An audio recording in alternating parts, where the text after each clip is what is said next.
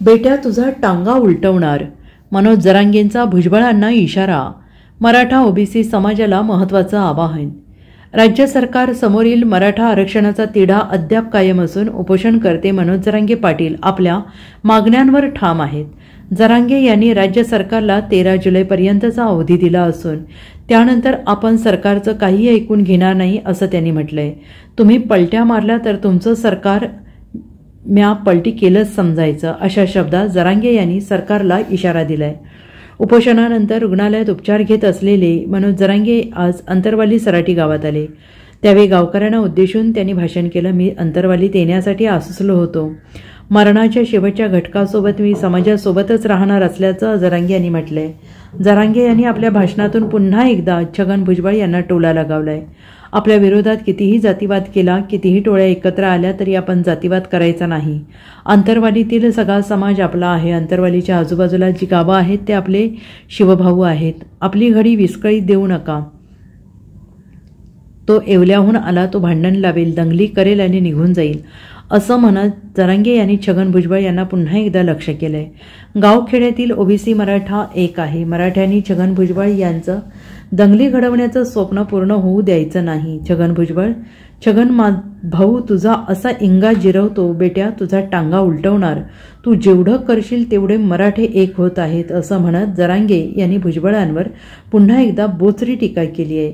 आंदोलन संपेपर्यंत थांबा, नंतर पाहूयात असं स्थगित केलेलं आंदोलन त्याला परवानगी नाकारली, पण त्यांच्या आंदोलनास परवानगी दिली. हा जातीभेद नाही का, असाही सवाल मनोज जरांगे यांनी विचारला आहे. आता येवल्याला सांगतो, भाऊ छगन भाऊ,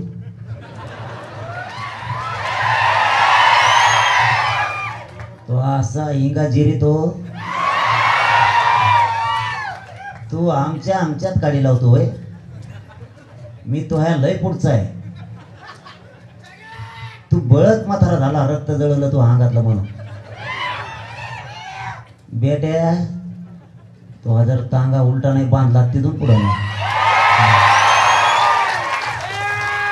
भांडणं लावतो ओबीसीत, मराठ्यात, गोरगरीब, धनगर बांधवात आमच्यात भांडणं लावतो, निघून जातो.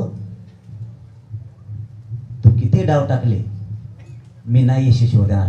छगन भुजबळ तुम्हाला एक सांगतो मी, तू जितकं करशील तितके मराठी एक व्हायला लागले. इतका फायदा व्हायला लागलाय तो आम्हाला, माझ्या समाजाला. तो आकाडी केली का आमचे लोक बांबूच घेऊन निघते. तो पाचर ठोकले घे मोठा खोटा ठोकी. तुला कसं कळना, मला काही कळना, तो एवढं वय झालंय. तो इथं येऊन आमच्या शिवाशा जरी आमच्यात काडी लावली, मोकळा झाला. अख्खे महाराष्ट्रातले मराठी एक झाले. किती सोपं झालं मला.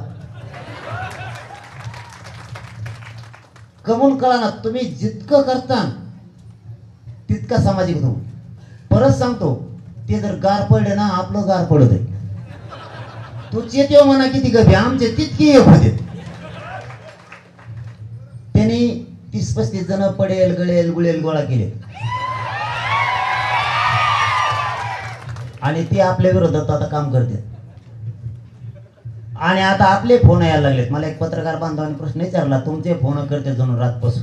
म्हणलं कालपासून, रातपासून नाही. ते म्हणतात हम भी आहे तुम्हारे साथ. म्हणलं आहे तर चलून दे मग जापकान काय.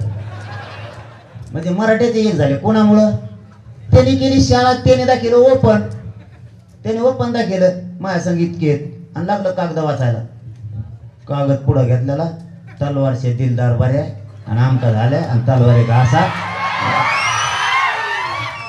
आता ते म्हणला तलवारी घासा गंजलेल्या मराठे तैट झाले. आहे का नाही काही गरज आहे त्याला उकरून भांडणं आणायची. सुईना चला नसते, तो जितकं करेन तितका मराठा एक व्हायला. Bureau report, SVN Marathi, Jalna.